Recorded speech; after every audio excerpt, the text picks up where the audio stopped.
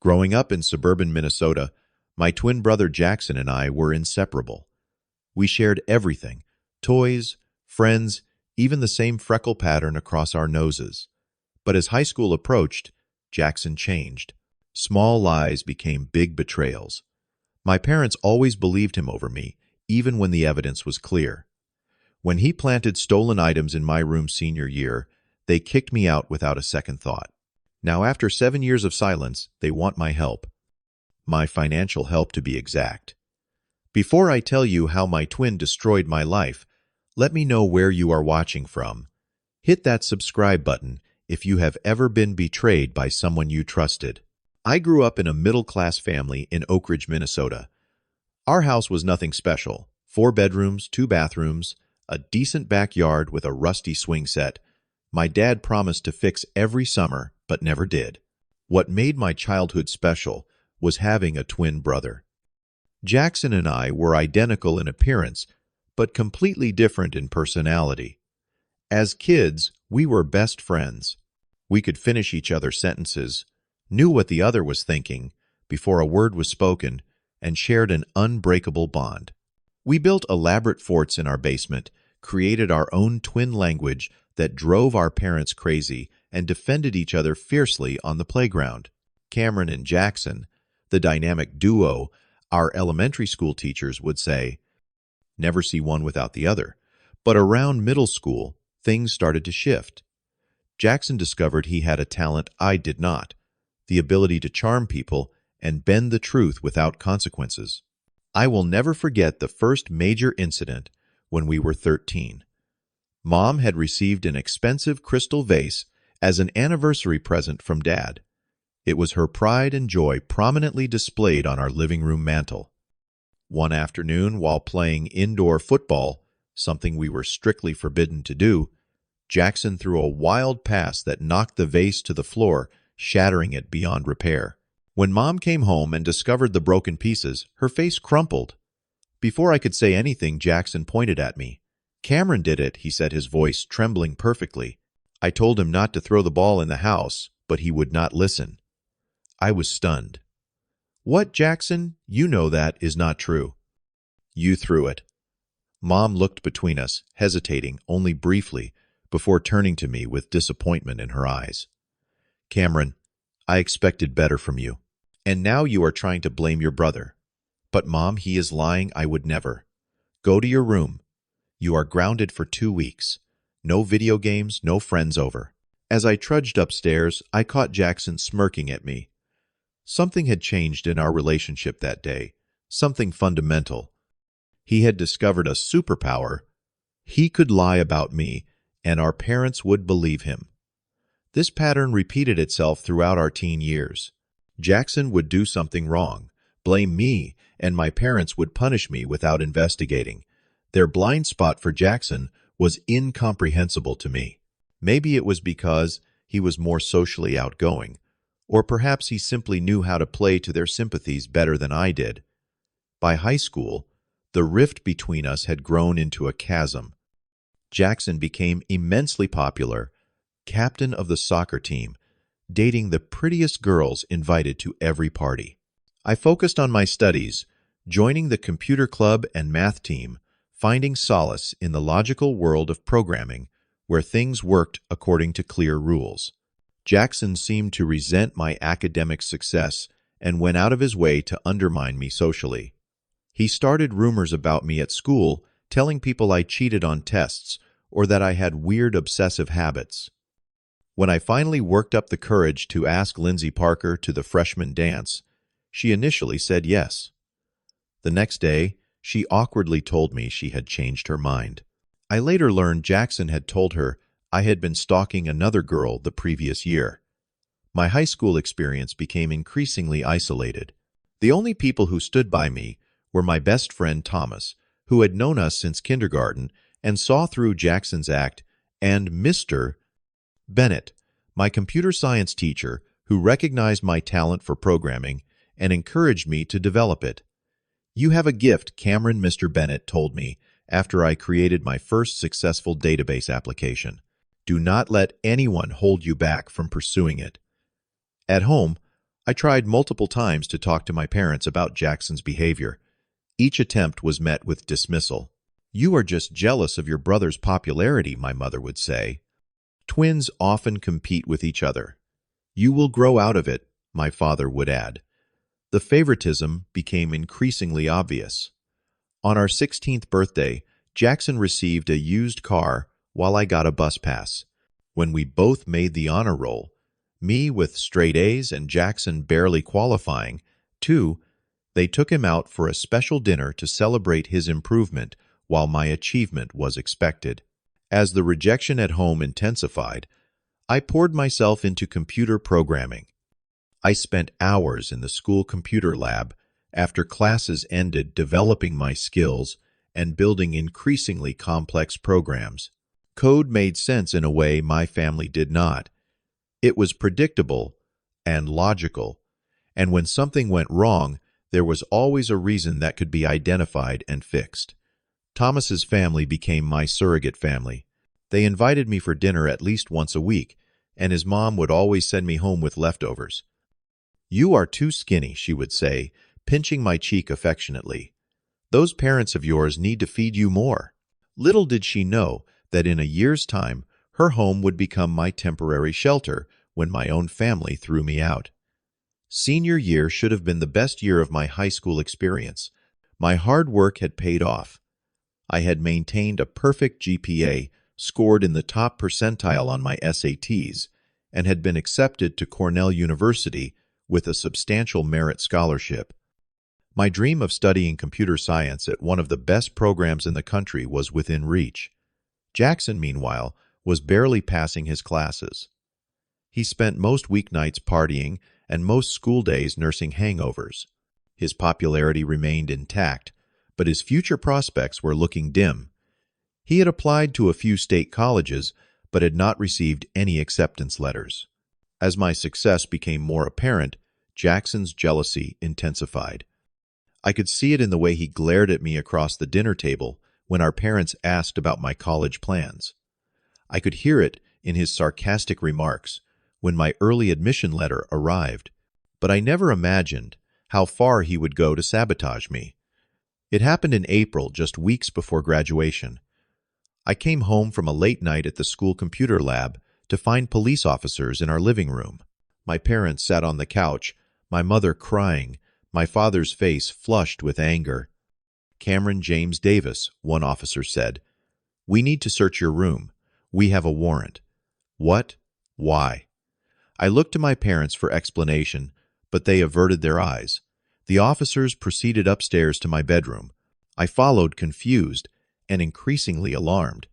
Within minutes, they found what they were looking for: several expensive electronics hidden in my closet, Mrs. Wilson's missing laptop from next door, Mr. Peterson's new iPad from across the street, even our school principal's smartphone. These items were reported stolen over the past 3 months, the officer said, bagging them as evidence. "Care to explain how they ended up in your possession?" I have never seen these before in my life," I stammered. "I did not put them there. Someone else must have." I turned to see Jackson standing in the doorway, his expression a perfect mask of shock and disappointment.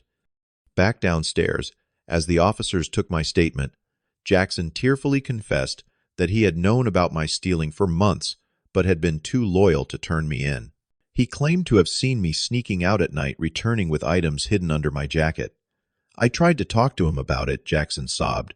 "I told him he needed help, but he threatened me, said if I told anyone, he would run away and never come back." My parents huddled around Jackson, comforting him as he wept convincingly. Not once did they question his story or look my way. Not once did they consider that in 18 years I had never shown any sign of criminal behavior while Jackson had been caught in lies repeatedly. "We need to take you down to the station for further questioning," the officer told me. "You have the right to remain silent." The next 48 hours were the worst of my life. I spent a night in a holding cell.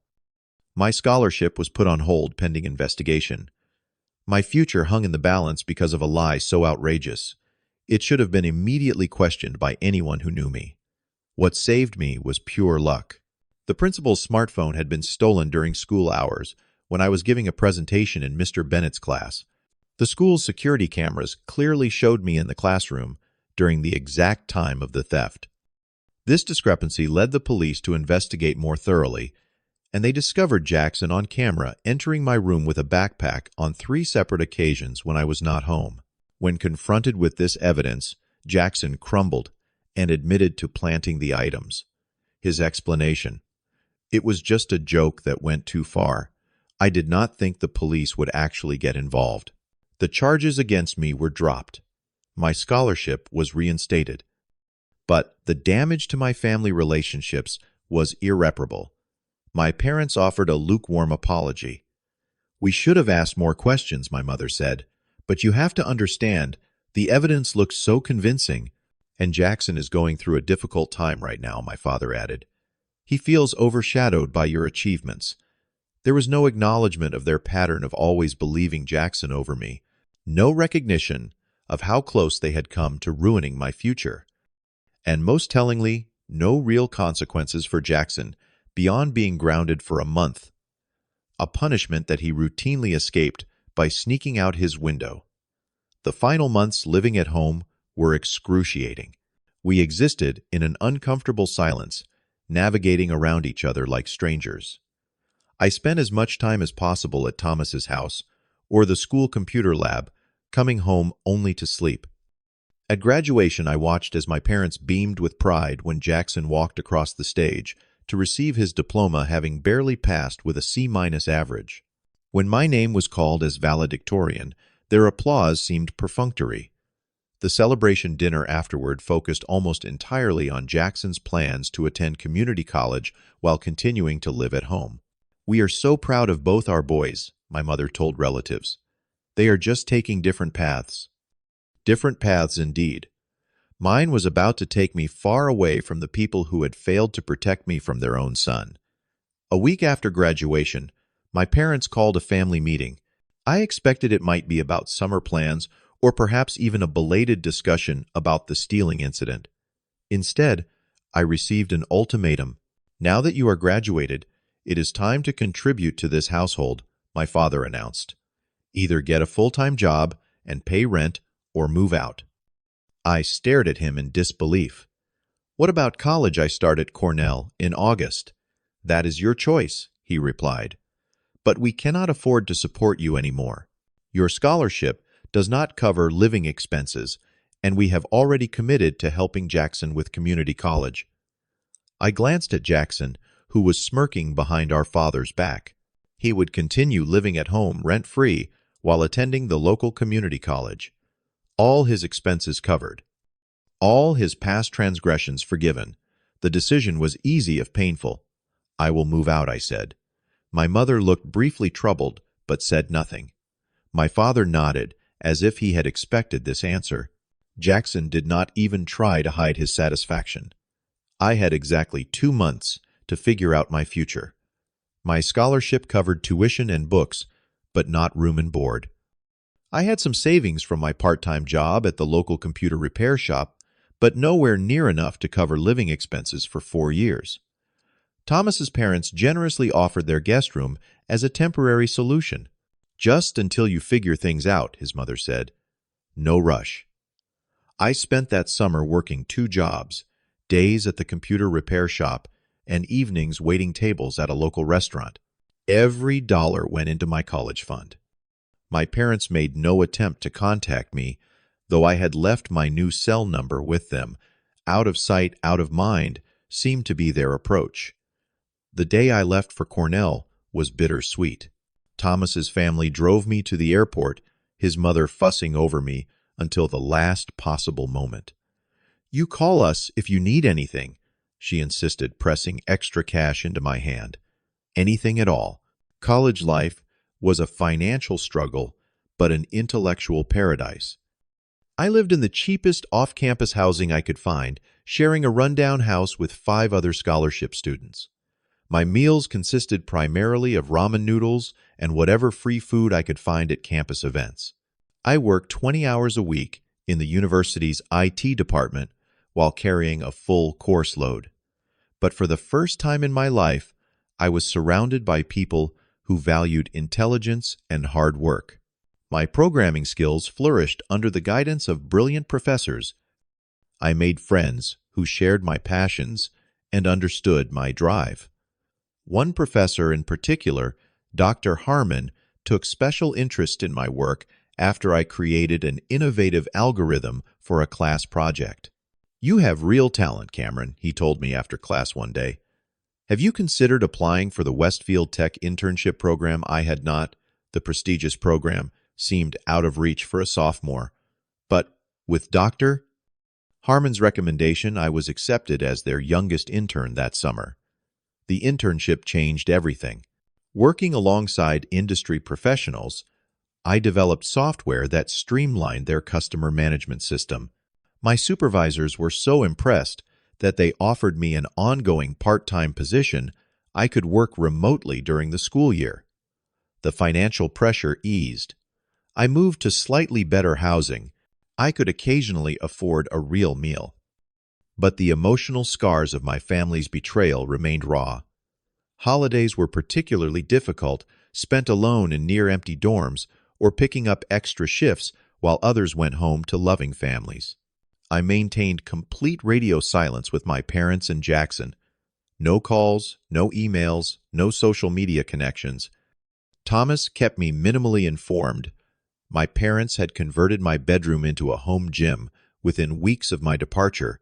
Jackson had dropped out of community college after one semester, but continued living at home, working sporadically at retail jobs.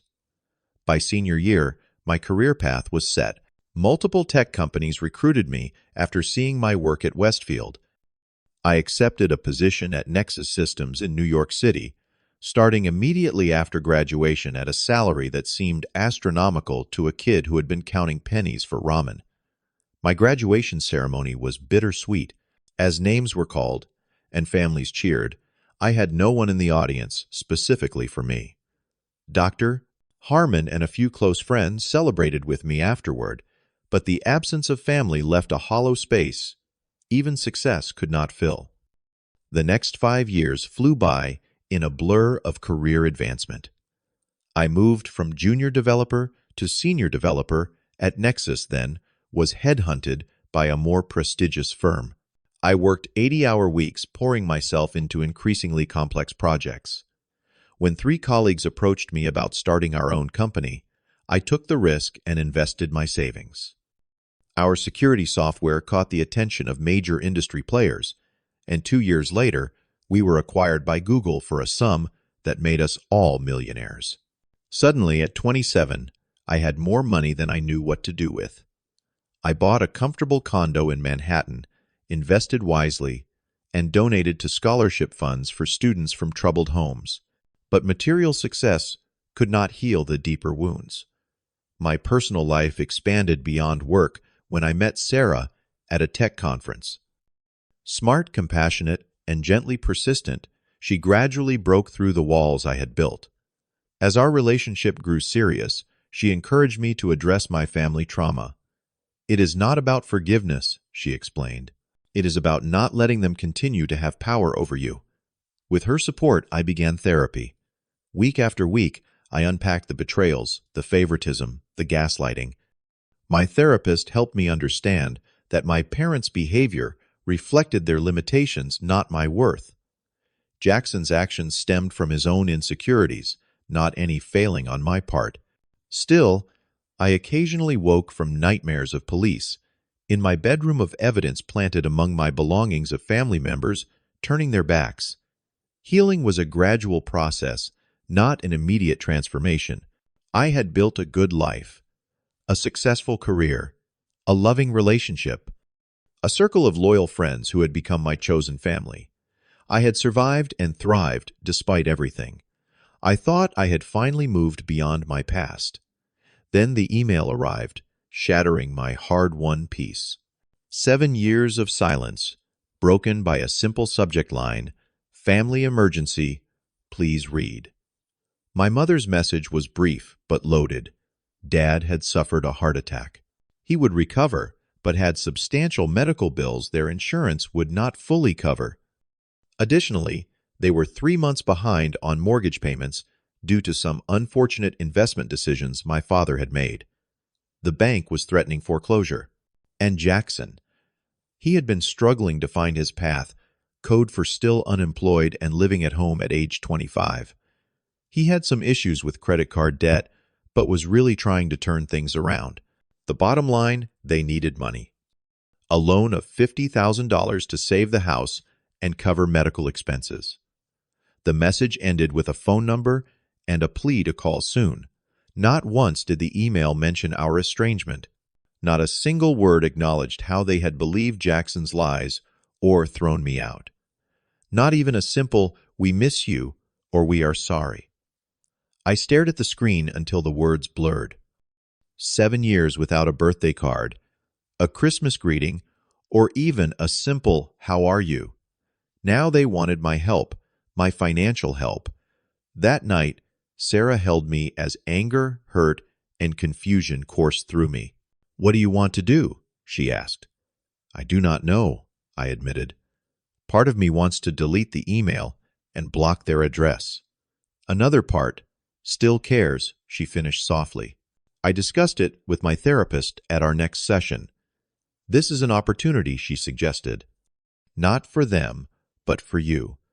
A chance to engage on your terms with clear boundaries.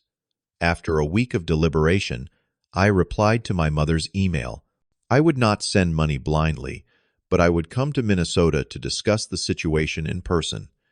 2 days later, I found myself sitting in a coffee shop in my hometown waiting. When my parents walked in, the shock of their appearance hit me hard. They had aged dramatically. My father, once robust and commanding, now moved slowly with a slight stoop. My mother's hair had gone completely gray, her face lined with worry. They spotted me and froze momentarily before approaching. The awkward hugs and stilted greetings gave way to an uncomfortable silence. "You look well," my mother finally said. "Very successful." "I am," I replied simply.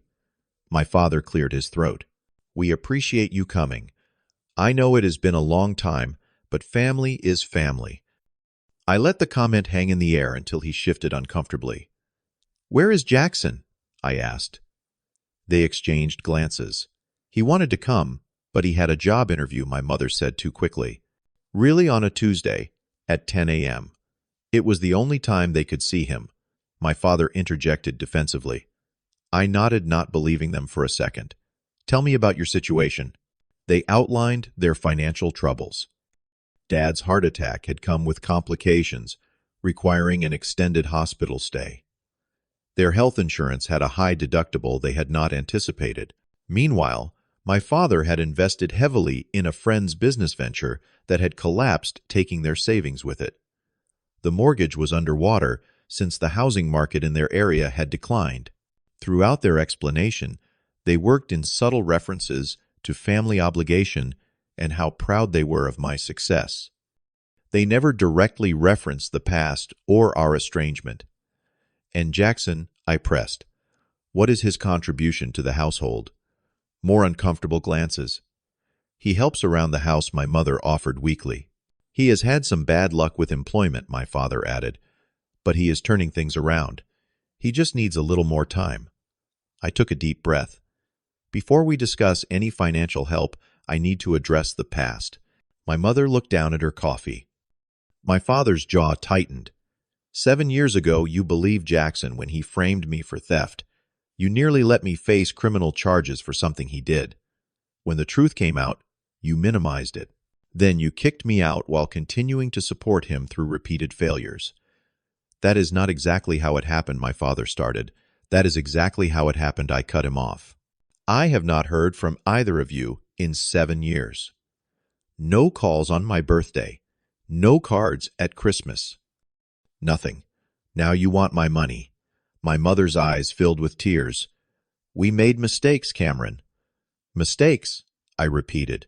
"Is that what you call it? When you consistently believed one son over the other, despite all evidence, when you threw one son out while continuing to enable the other's lies and manipulation, We did not know what to believe. Back then, my father defended. Jackson was very convincing. He always was, I agreed. And you always chose to believe him, every single time. The conversation continued, painful truth after painful truth laid bare. I recounted incidents they had forgotten or minimized. I described the impact their favoritism had on my life, my self-worth, my ability to trust others. To my surprise, my mother began to truly listen. Tears streamed down her face as she recognized, perhaps for the first time, the extent of their failure to protect me. My father was more resistant, clinging to justifications and minimizations, until my mother placed a hand on his arm. "Stop, Robert," she said quietly. "Cameron is right. We failed him." The simple acknowledgement broke something open in me. Not forgiveness exactly, but a pathway toward it. "Here is what I am willing to do," I said finally. "I will pay Dad's medical bills directly to the hospital. I will not give you cash for the mortgage or to bail out Jackson's credit card debt." "But the house," my father began. "I am not finished," I continued. "If you want a relationship with me going forward, there are conditions. First, family therapy, all of us, including Jackson. Second, full acknowledgement of the past, with real apologies. Third, Jackson needs to get a job and start supporting himself." My father's face hardened with pride. "We are not charity cases, and we do not need therapy." "Then, I wish you the best of luck with the bank," I replied, standing to leave. "Wait," my mother said desperately. "Please, Cameron, we will think about your terms." I left my business card on the table. "Call me when you have decided. My offer stands for 30 days. Walking away was one of the hardest and most empowering moments of my life. I had faced my past without being consumed by it. I had offered help without compromising my boundaries. 3 days later, my mother called. They would accept my terms, even the therapy. Jackson was more resistant, but they would work on him. Over the next year, our relationship slowly rebuilt itself on new foundations. The family therapy sessions were brutally honest, often uncomfortable, but ultimately healing. My parents began to see the pattern of enabling they had created with Jackson. My mother apologized sincerely for her blindness to his manipulation. My father took longer, but eventually acknowledged his favoritism. Jackson refused the first 3 therapy appointments, but finally attended after my parents gave him a genuine ultimatum about his living situation. His initial defensiveness gradually gave way to reluctant acknowledgement of his behavior and eventually to a genuine, if awkward, apology. "I was jealous," he admitted, in a private conversation nearly 2 years after my return to their lives. "You were always smarter, more focused. I could only compete by making you look bad." It was not an excuse, but it was an explanation. We would never be close, but we could be civil. Today, 5 years after that coffee shop meeting, I have a measured relationship with my family. We talk monthly. I visit Minnesota once or twice a year. My parents have met Sarah now, my wife, and genuinely adore her. Jackson finally moved out of my parents' house, got steady employment, and has been slowly paying back his debts. He still struggles with responsibility, but has stopped expecting others to fix his problems. The broken trust will never fully heal, but something new has grown in its place, a relationship based on reality rather than manipulation, on boundaries rather than blind loyalty. What would you do if someone who once betrayed you suddenly needed your help? Would you offer it unconditionally, set firm boundaries, or walk away completely? Let me know your thoughts in the comments below. If this story resonated with you, please hit that like button and subscribe to hear more real-life experiences. And if you are dealing with family betrayal yourself, remember that your worth is not determined by their treatment of you. Thank you for listening to my story, and I wish you strength on your own journey to healing.